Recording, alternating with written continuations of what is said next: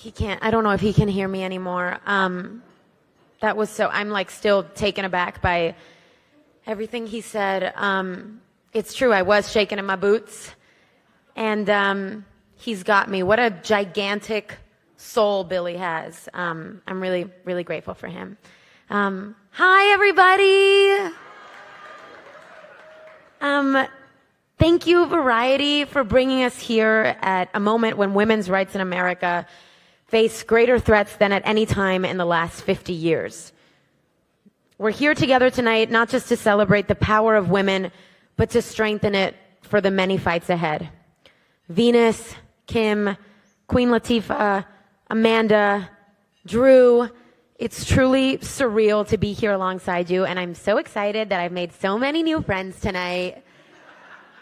I knew I would have the same feeling, I would have the feeling that I have right now, which is just listening to these incredible women, just makes me feel so fired up and with so much hope for the world, and it just makes me feel like walking out of here, we can freaking change the world, and, you know, we can't all in one day, but we can a little bit at a time. I went off book, but I'm coming back.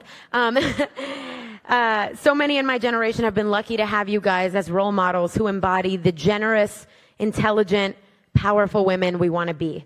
And when I think about the power of women, I think about all of you guys, of course, all the compassion, creativity, and possibility just in this room. Yeah.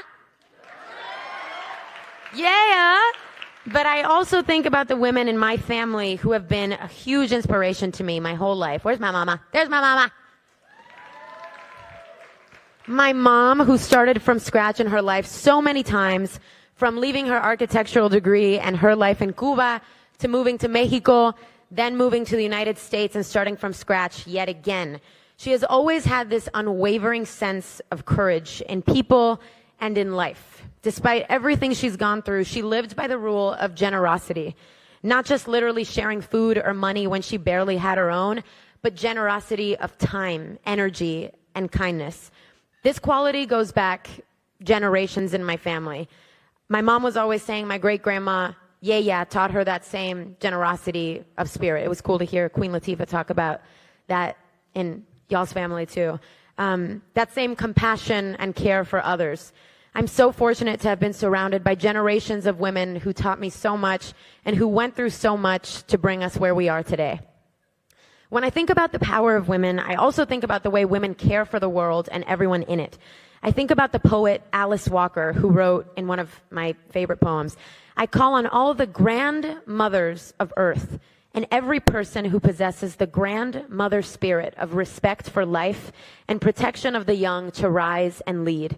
I see the spirit of grandmothers, that's grand space mothers, as Walker put it so well, in so many of my friends' faces and so many of yours. I see it in everyone fighting for equality and opportunity and justice, and yes, reproductive justice on the front lines.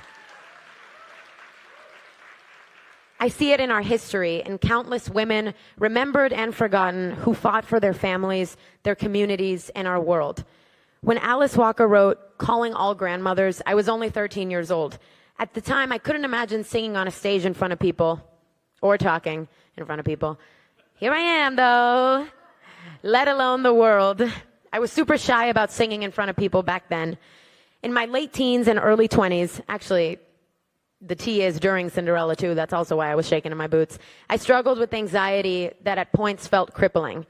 My mental health was at an all-time low. I don't know how I would have made it through if it weren't for my mom. She helped find me the therapist and the treatment that changed my life. And my manager too, who's here. Hey, Roger. Through all of that, it was difficult for me to socialize and just be a human, let alone be Cinderella in a movie. I didn't have space for anything else because my own struggle to just be okay was consuming it all. I needed all the tools I could get, and because of the resources available to me, I was able to not just survive, but now thrive. Throughout my treatment, a lot of which happened during the pandemic and after, I discovered I suddenly had space for creativity again, for intimate friendships, for new hobbies, for activism, and those things made me feel more connected, grounded, and more myself than ever. I realized I can't pour from an empty cup. I can't be present for my career or my family or my community if I don't find the space to heal myself. It was a difficult lesson to learn because as women, we're often expected to be everything for everyone all the time.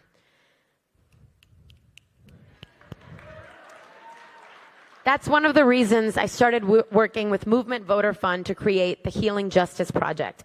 Just like women often feel the weight of the world on their shoulders, every day organizers on the front lines, especially women, people of color, LGBTQ people, and others with marginalized identities, are out there giving everything they have to make our world better. It's often unrecognized, thankless work, and it comes with long hours, too few resources, and tons of emotional and often traumatic experiences. The cost of caring for these organizers is too high. We can't afford to keep losing passionate, experienced, effective leaders at the forefront of our nation's justice movements. And they shouldn't be forced to lose themselves because we aren't creating the space, time, or resources for them to also thrive. Through the Healing Justice Project, we empower organizers to focus on their own healing while also addressing the generational systemic violence and oppression that is felt by so many communities.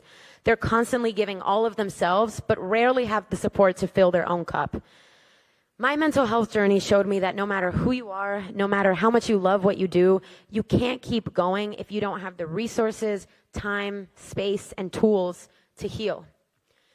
I realized the importance of taking care of myself, but even more so, I realized that I need help. I need to help others do the same to ensure that the grassroots organizers who carry our world on their shoulders and move us forward have access to the resources that help change everything for me.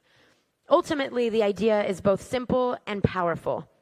In order to heal the world, we have to be able to heal ourselves together, and vice versa. In order to heal ourselves, we have to help heal the trauma, oppression, and heartbreak that is ever present in our world. To my mom, to all of the women who helped me heal, who helped to heal the world, to all of the women who supported me, loved me, and got me here, to everyone pouring that same grandmother spirit into the next generation, thank you.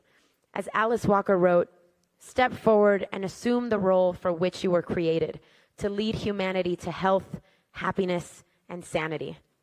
Let us all embrace this responsibility for the communities we serve and the future we share. Thank you guys so much. What a beautiful event.